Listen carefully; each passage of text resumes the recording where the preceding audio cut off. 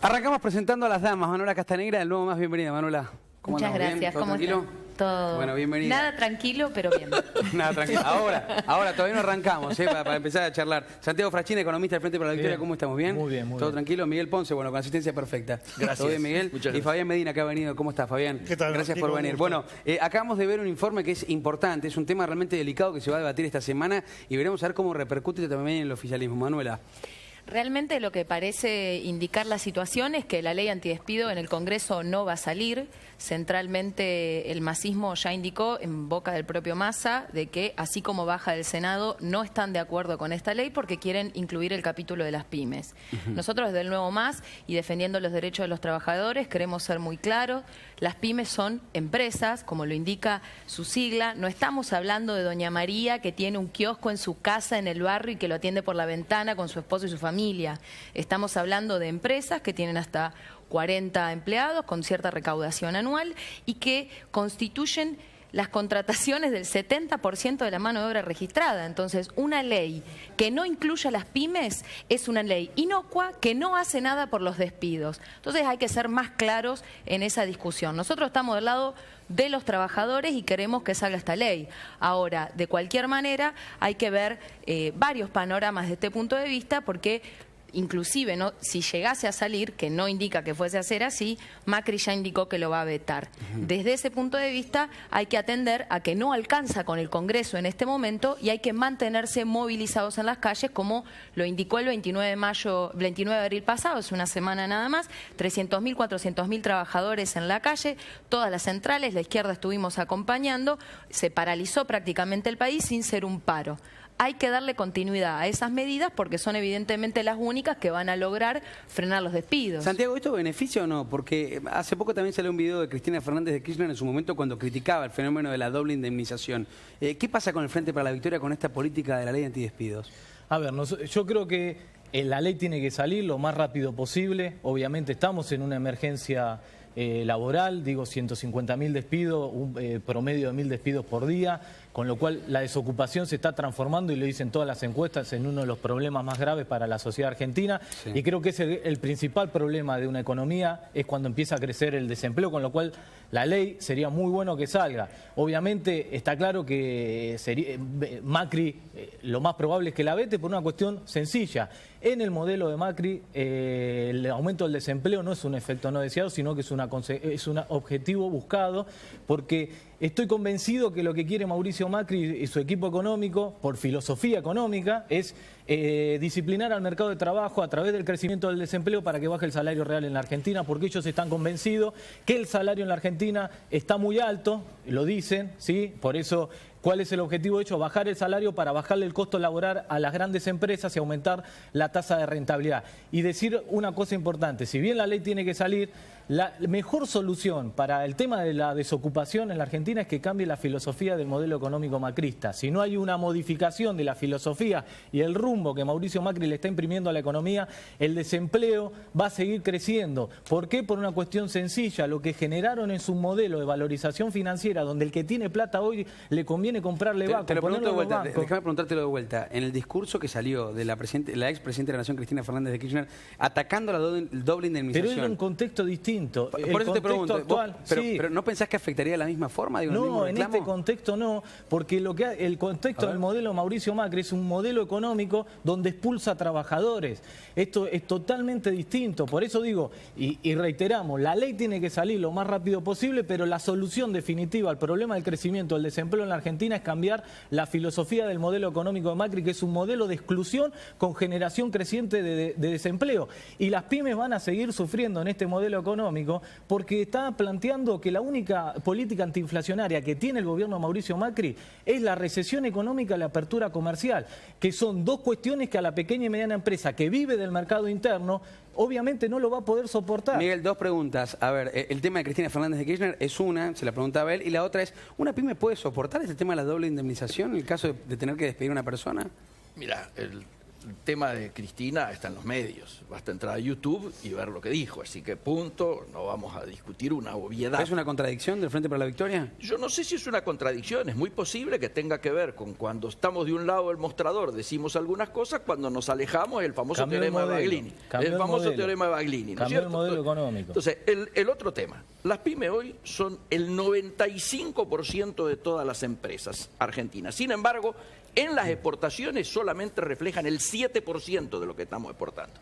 Esto está marcando claramente una situación, ¿no es cierto?, de minusvalía en relación a la gran empresa.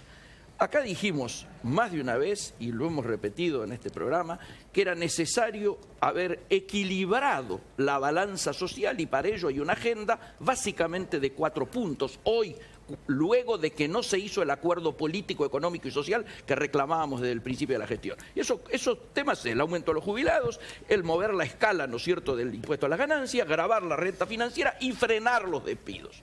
Obviamente, los que venimos trabajando desde hace 35 años al lado de las pymes, a mí me llamaban antes de la última reunión que ha sido convocada en el Parlamento y la mayoría de los empresarios me decían, si al tarifazo le agregamos el doble despido, para nosotros es firmar el acta de defunción.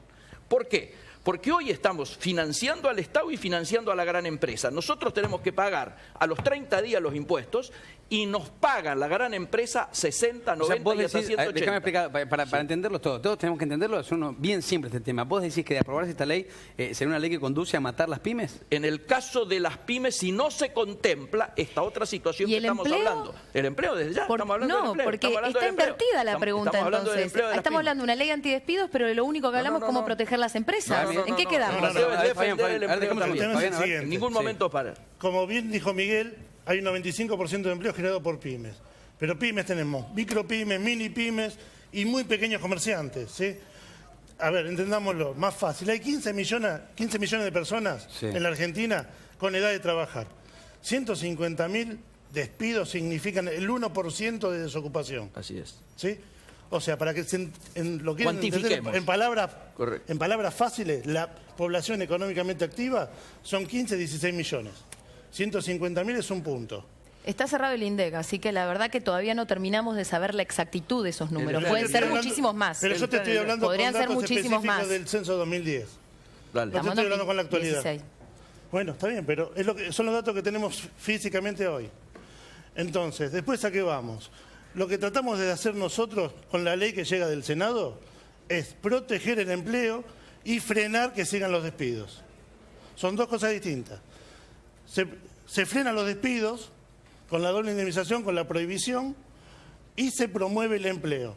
Aquellos que tienen menos de 24 años y aquellos que tomen mayores a 50, se les descuenta puntos del impuesto a la ganancia, lo mismo que los beneficiarios de planes sociales que se incorporen al trabajo.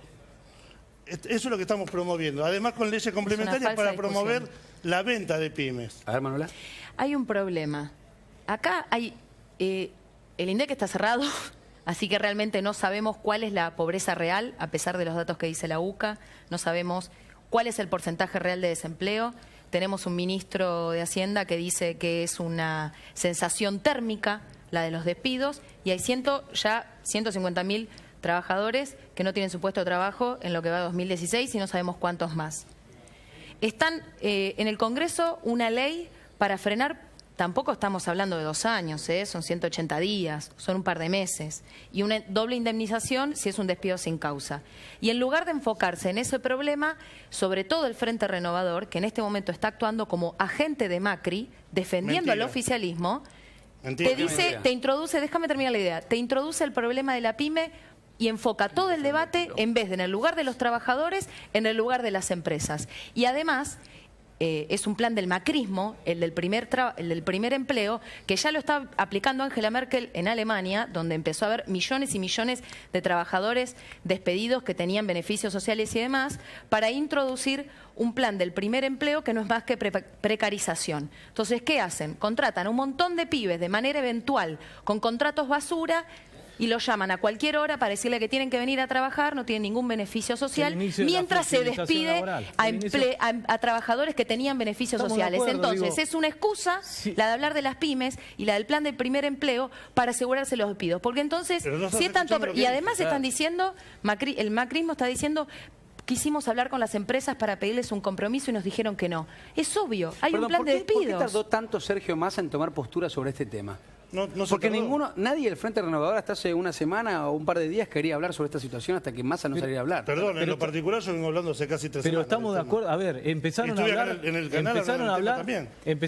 Hablando de las pymes. Empezaron a hablar a partir del discurso de Cristina Fernández de Kirchner, que le empezó a decir a la población lo que estaba pasando a partir del modelo económico macrista. Hay muchos, hay muchos funcionarios del macrismo. Perdón, ¿dónde está Ricardo Delgado, que es economista del Frente Renovador? Es funcionario del macrismo. Es funcionario del macrismo. Se terminan transformando en la rueda de auxilio del macrismo para garantizarle en el Congreso algunas cuestiones, y como pasó, por ejemplo, en la Cámara de Diputados con los fondos buitre. Entonces, digo, está claro... Frente para la Victoria también le pasó. No, perdón. El Frente Renovador votó todos a favor.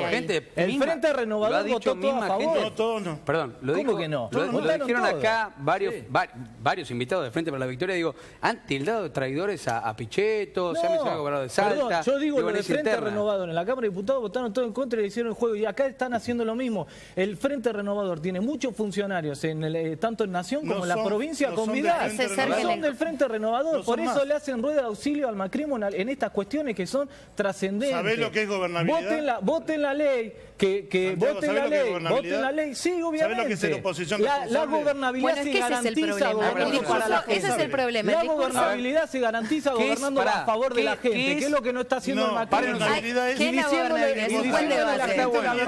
Y diciéndole a la gente la verdad. Macri dijo que no iba a devaluar, que no iba a hacer tarifazo. ¿Sabés qué pasa? Y que el kirchnerismo también está con la gobernabilidad. Paren de uno, porque no se entiende nada. ¿Qué es? Perdón.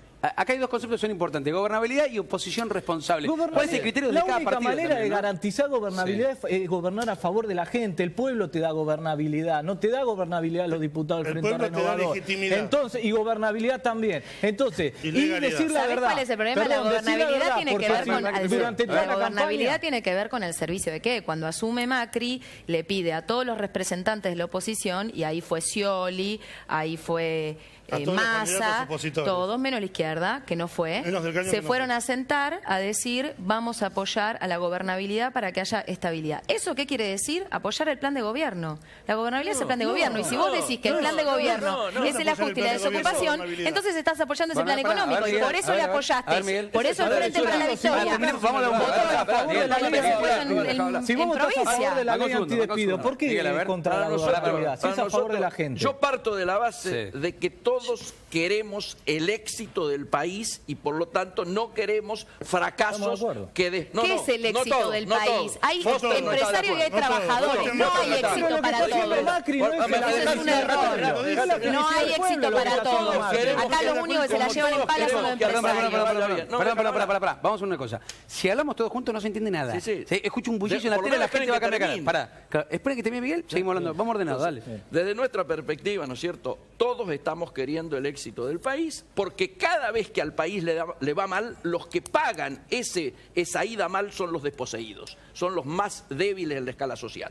Pero que generar gobernabilidad no implica, diríamos, alcahuetería o no decir qué cosas están mal, sino al contrario, implica corregir las cosas que se hagan mal. Y más de una de las medidas que se han tomado han sido corregidas. Digo, la de los jueces, la de una cantidad de cosas que empezó haciendo Macri. El rol de Cambiemos justamente debiera quedar claro, mientras los CIOs, con la insensibilidad que les conocemos, están ejecutando su acción de gobierno.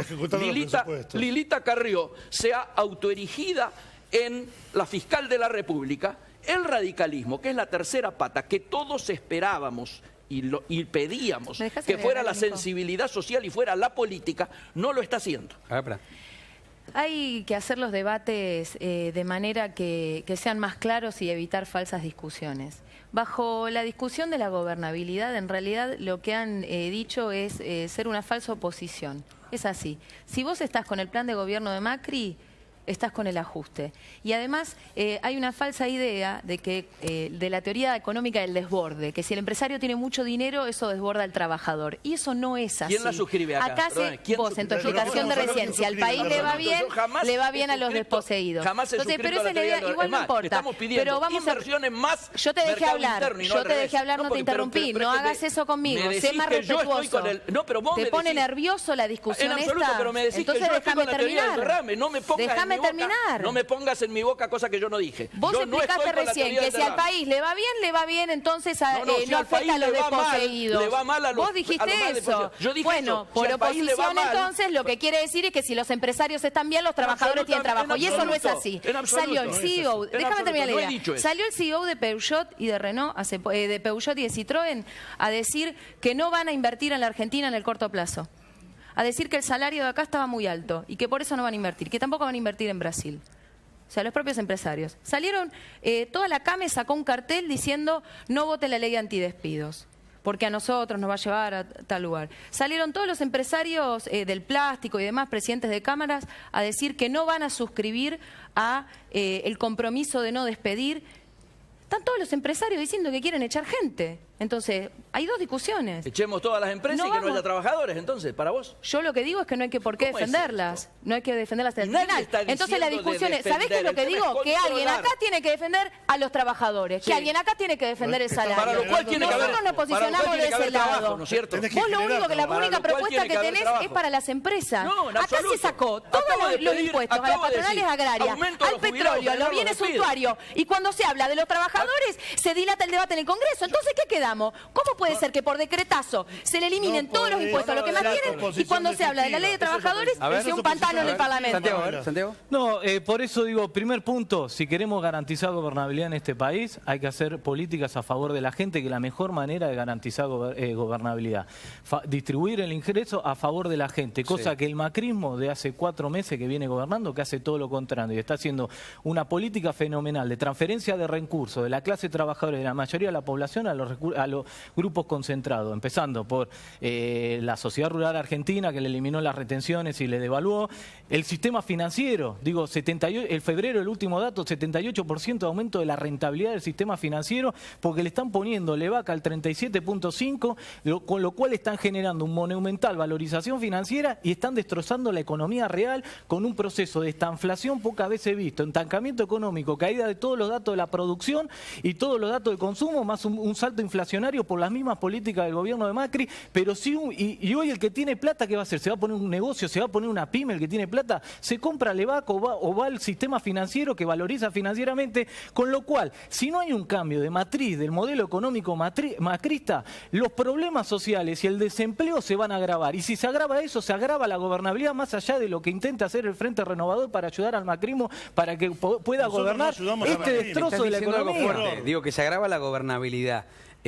Porque hay protesta social, porque la gente no se banca que le bajen el salario como se lo están bajando. El discurso del gobierno es decir que en el segundo semestre van a empezar a mejorar las cosas. Digo, no es cierto. ¿Confían en esto? No es cierto. No es cierto. No hay ningún indicador, no hay ningún indicador en la economía que lo diga así. Yo te decía anteriormente lo de las inversiones de las empresas, justamente para explicar por qué. Es mentira, o sea, no hay otra cosa que decir que es mentira lo que dice Macri, es mentira lo que dice el gobierno, que la ley antidespidos genera más despidos y que va a mejorar la economía. Pero si es una mentira, ¿hasta cuándo lo pueden soportar? Porque es grave. Cuando llegue el segundo semestre va a caer la ficha. La realidad es que no hay ninguna medida económica que indique que vaya a bajar la inflación o a crearse puestos de empleo. A ver, Fabián, para. Si la ley antidespido es plenamente mentirosa, que salga del Congreso y que la apruebe.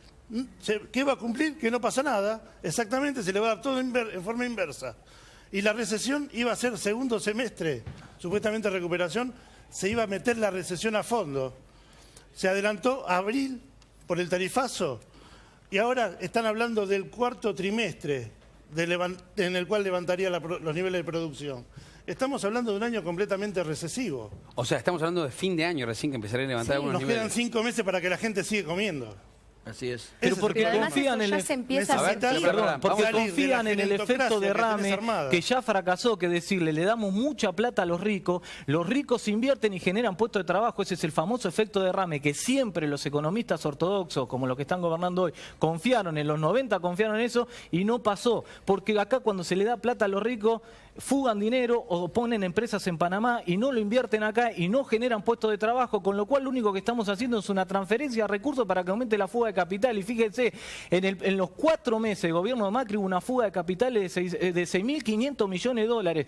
1.500 millones de dólares promedio por mes de fuga de capitales en el gobierno de Mauricio Macri. Y empezó Macri diciendo que iba a haber un shock de confianza donde la plata iba a venir a la Argentina, iba a generar puestos de trabajo. Pasó 4 meses y los dólares se están yendo del país porque no hay confianza en Macri. Es más, tiene que poner la tasa de interés a 37.5 porque si baja la tasa de interés, los argentinos salen corriendo a comprar dólares. No hay shock de confianza. Y en el segundo semestre, obviamente que no va a haber ese efecto derrame, con lo cual no va a haber crecimiento económico. Y si hay desaceleración de la inflación, va a ser por recesión económica y caída de consumo y por aumento de las importaciones para traer productos importados baratos para que desacelere la inflación a costa de la pequeña y mediana empresa que va a cobrar. Entonces, si quieren garantizar gobernabilidad, digan a Macri, por favor, inclusive Ricardo Delgado, que le diga que gobierna a favor de la gente, porque la gente le va a dar esa gobernabilidad que necesita, pero hay que favorecer a los sectores populares y a la clase media. ¿Para vos va a haber una reactivación de la economía este año o no? Yo creo que depende del debate que hoy se está dando en el seno del gobierno. Creo que hay una interna que ya ha tomado estado público.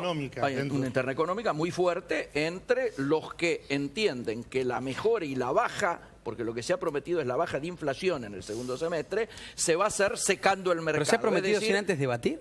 No te escucho. ¿Se ha prometido sin antes debatir ese tema? ¿Cómo se ha prometido? Porque todo el mundo estamos analizando cuándo va a bajar la inflación, me está diciendo que hay una interna del gobierno. Hay una interna del gobierno, hay una interna del gobierno del cómo va a bajar.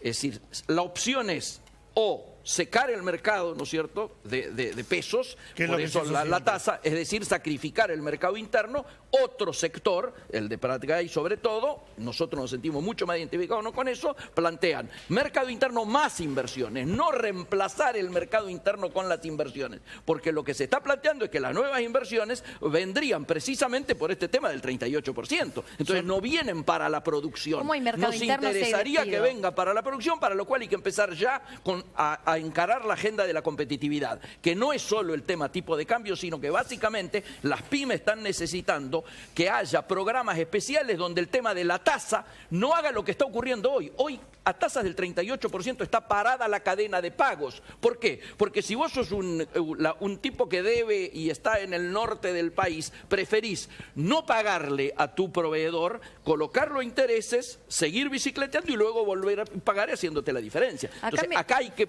frenar este tema de la tasa colocada a estos valores que impiden claramente la producción. Mientras estamos discutiendo todo esto, esto ya empieza a sentirse de una forma brutal entre los trabajadores y los sectores populares. Acá se presenta como una discusión un poco más abstracta de hacia dónde va la economía, pero hay que ver a qué sector afecta más. Hoy el principal problema es que está afectando a los trabajadores y de eso no se discute. Es toda una discusión general en el Congreso, en distintos ámbitos, pero, por ejemplo, hay un dato muy importante que indica que ha bajado el consumo en cantidad de unidades en los supermercados e hipermercados. ¿Qué quiere decir eso? Que la gente tuvo que dejar de comprar comida y compra menos, gasta más plata y compra menos comida. ¿Eso qué quiere decir? Que aumenta la cantidad de pobres también en la Argentina. A nosotros nos preocupa eso. Y eso es lo que se vio en la calle el 29 de abril. Con los miles de trabajadores en la calle y que se empieza a ver en un montón de ámbitos, porque este plan de ajuste es global. Por ejemplo, lo que está sucediendo en las universidades nacionales. El jueves hay una movilización, quiero aprovechar para contarlo, convocan las seis federaciones universitarias. El otro día el presidente de la Nación se reunió, ¿no?, con los rectores para darles plata a las universidades. Los 500 millones significan el 1% de la partida que ya no existe. Inexistente. No alcanza ni para pagar la boleta de la luz el mes que viene. La partida presupuestaria para las universidades es de 53.000 millones. Está subejecutada en este momento por 3.000 millones. Esos 500 millones vienen de ahí y no tienen fecha de entrega. Y el ministro Bullrich dijo que los iba a entregar si cerraban la paritaria docente, que le están ofreciendo un mísero 15%. ¿Quién puede cerrar esa paritaria? Eso no alcanza ni para pagar la boleta de la luz. Entonces vos tenés un gobierno que no quiere ley antidespido y que quiere ajustar la economía por el lado de la desocupación, porque eso también lleva a las paritarias a la baja, quiere mejorar la competitividad por ese lado, y al mismo tiempo lo que son derechos sociales consagrados, como es el derecho a la educación, está siendo totalmente cuestionado, porque hay una asfixia presupuestaria en la universidad. Este es el plan de Macri. El dinero lo quiere sacar de ahí. Pero esto no se va a terminar, evidentemente, a resolver en el Congreso. Se va a resolver en la calle. Por eso, acá la CGT tiene la responsabilidad de darle continuidad a la medida del 29 y llamar a los paros generales. El tema es, como hablaba antes Miguel, hay dos cosas que son muy importantes. La inversión, que viene del exterior, y la competitividad. La inversión no se puede dar nunca a nivel productivo con tasa del 38. Es plenamente inversión financiera y especulativa. Es lo que no queremos. Y en cuanto a la competitividad, tenemos dos factores que son de competitividad. Precio y cantidad de dólares que hace que un producto se pueda vender o no. Como siempre, este tipo de políticas, como la que interpreta el gobierno hoy, actúa sobre el tipo de cambio. Y eso es lo que genera pobreza.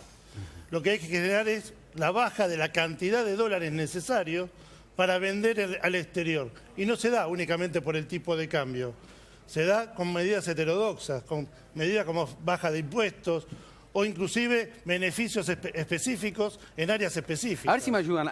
¿Cuál es el rol de la oposición política hoy? El otro día veíamos en el acto masivo de la CGT, la CTA. Anoche hablaba con Hugo Moyano y me dice, definitivamente se va a bajar en este tercer mandato, tercer periodo de la CGT, se quiere dedicar al fútbol. Uno grande, importante, que moviliza, que se baja y se corre a otro ámbito, el fútbol. Quiere ser presidente de la AFA.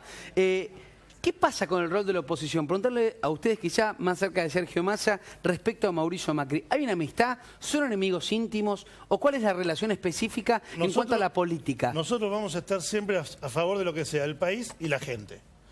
Cuando se nos requirió para salir al exterior, fuimos a Davos porque no era Macri el que representaba, era la Argentina. La Argentina tenía que salir del problema internacional que tenía que abrirse al mundo, no para una importaciones indiscriminadas. Tenemos que volver a permitir que ingresen insumos. El problema de los últimos años, de lo que era el cepo sobre todo, era que faltaban insumos en la producción nacional para producir. Así es. Perdón. No todos eran insumos nacionales. A ver, lo mejor que se puede hacer como oposición es no mentirle a la gente. Nosotros estamos en una tarea responsable. Quiero hablar 2 segundos. Si vos vas a Davos a acompañar a Macri, como hizo Massa, y después le decís a la población que va a venir una lluvia de inversión extranjera directa. Nosotros no lo dijimos, la realidad, perdón, eso la realidad que era falso. Entonces lo primero que hay que decirle a la población para hacer oposición es decirle la verdad a la gente. Entonces es competitividad de Brisermundo. El mundo hoy es vendedor, no es comprador. El mundo tiene excedente de producción porque el mundo está en crisis. Nuestros principales socios comerciales están en crisis y no nos compran. Con lo cual el único mecanismo para que no haya desempleo y para que la economía crezca es apuntalar al mercado interno, no ir a Davos a decirle a la gente que va a venir inversión extranjera directa. Claro. A buscar qué a la Argentina si lo único es valorización financiera especulativa. Tengo pocos minutos. Y eso fue Macri con Massa. A ver, para Miguel, aguantame un segundo. Tengo pocos minutos, de verdad, tengo pocos minutos y me quiero meter en un tema más, porque si no nos llegamos, tiene que ver con Panama Papers. Mañana y esta noche seguramente los diarios van a cerrar con ese tema, va a ser tapa en todos los diarios del mundo, el tema de las 200.000 publicaciones, 200.000 empresas que van a ser publicadas mañana en los papeles de Panamá. Hay declaraciones que hizo el famoso Topo, que brindó información a muchísimos medios de comunicación, que son las siguientes. Me voy a parar para leerlas allá en la pantalla grande, en el wall, para que vean ustedes parte de las declaraciones que dio esta persona. A ver si me las pones acá, Dire, para poder mostrarlas en este momento, porque mañana va a ser un día importante y quiero saber ustedes qué opinan, porque el propio presidente de la Nación, Mauricio Macri, también se ha visto implicado y tiene algo que declarar. Declaraciones como estas. Mossack Fonseca utilizó su influencia para redactar y torcer leyes a nivel mundial para favorecer a los intereses criminales por décadas. Mostrame otro, a ver otro de los textuales que ha brindado en las últimas horas. Las empresas fantasmas son utilizadas para llevar a cabo una gran serie de crímenes graves que son más grandes que la evasión impositiva. Hay una más, un textual más, que lo repasamos y ahora lo debatimos. Tiene que ver con esta información. No trabajo para ningún gobierno o agencia de inteligencia de manera directa o como contratista y nunca lo he hecho. No sé si hay una más, Rodo, si la tenés acá arriba, tirala. Son parte de las declaraciones de este Topo de los Panama Papers que dio la información a todos los medios de comunicación. Los medios han fallado, varios tuvieron a editores revisando documentos de los Panama Papers, se fue la publicación, a ver si lo pones de vuelta, acá está, y eligieron no darles cobertura. Parte de los temas de las últimas declaraciones. Mañana va a ser publicación en todos los medios esta información de los Panama Papers. ¿Con qué nos vamos a encontrar mañana? Ya hay noticias hoy mismo que indican que, en primer lugar, las empresas que Macri había dicho que no habían funcionado y no tenían dinero y estaban inactivas, movieron millones en Brasil. Y eso no ha sido desmentido por el gobierno hasta ahora. La verdad que es evidente que mientras le pidan a los trabajadores que se ajusten, que cuiden a las pymes, que paguen la luz, que hay que sincerar todas las variables, fugan todos los millones y encima le dicen, mienten en las declaraciones y dicen que es legal. Entonces, la verdad que haciendo una síntesis también de un poco todo lo que hablamos hoy, para hacer oposición, además de decir la verdad, depende de qué oposición quiera hacer. Nosotros queremos defender los intereses de los trabajadores y esa oposición entonces va a estar en la calle denunciando también estas situaciones. ¿Una conclusión cortita? Y no, lo de Panama Papers Sí. tiene que ver también con lo que está instalando Macri, que es la patria fugadora, que tiene que ver con eso, que hizo el famoso fin del cepo, La que fue... patria fugadora. Y sí, es lo que están instalando. Lo que él dijo que es el fin del cepo fue la liberación del mercado cambiario para que vuelvan... El Banco Central dijo que ya no es 2 millones de dólares por mes lo que pueden comprar, es 5 millones de dólares, con la cual profundiza la patria fugadora, y justamente el Panama Paper tiene que ver con esa patria que Mauricio Macri forma parte y que está estimulando de vuelta. Por eso el dato de 6.500 millones de dólares fugados en los 4 meses demuestra que no hay un shock de confianza en Macri, que volvieron a instalar la fuga de capitales como eje centralizador de la economía argentina, y eso tiene que ver con los Panama Papers también. Fíjate que, pusieron a la abogada defensora del HSBC que descubrieron las 4.000 cuentas bancarias en París. La abogada que defendió al HSBC que estaba lavando dinero forma parte de la UIS, que es la Unión de Información Financiera, que tiene que controlar la fuga de capital y el lavado de dinero en la Argentina. Es funcionaria del gobierno de Mauricio Macri. ¿Cuál es el mensaje a los grupos económicos? Vuelvan a fugar y acá no va a haber ningún tipo de control, y ya lo están haciendo. Miguel. Yo creo que se pretende instalar una falsa dicotomía. Y me parece que debiéramos ser claros en esto. No queremos ni políticos chantas y corruptos, ni CEOs insensibles y corruptos. Entonces me parece que esta temática está claramente indicando de que el tema de la justicia tiene que llegar para todos, caiga quien caiga. Acá la mirada insensible desde lo empresarial llevada a la política lleva a confusiones de esta naturaleza, con reacciones como la de la chica de la oficina de anticorrupción, Laurita Alonso, que dijo está todo bien, está todo ok, laburando más como una militante que como una encargada de controlar. A mi juicio acá hay un error en ciertas designaciones que debieron haber sido tenidas en cuenta y consultadas antes de haberse efectuado. Punto. Perfecto. Fabián. Bien, en cuanto al tema que estaba diciendo Miguel, nosotros exigimos desde ya la renuncia de Laura Alonso, ¿sí? Porque ella opera como una fiscal de la nación y no como un abogado defensor. Si ella defiende a quien está directamente para investigar, ella se tiene que ir, por un lado. Luego, en cuanto al tema de Panama Papers, con el tema de la primera empresa que se le vinculó al presidente de la nación, que salió por denuncia de un diputado de Neuquén, ¿sí? Sí. Yo quiero decir algo mucho más sencillo como especialista en el área tributaria. No podemos ir a hacer una denuncia por evasión de una empresa que se cerró en el 2009. Eso es un dato prescripto. Por lo tanto, estás siendo funcional desde el Frente para la Victoria al esquema de corrupción del macrismo fugando dólares.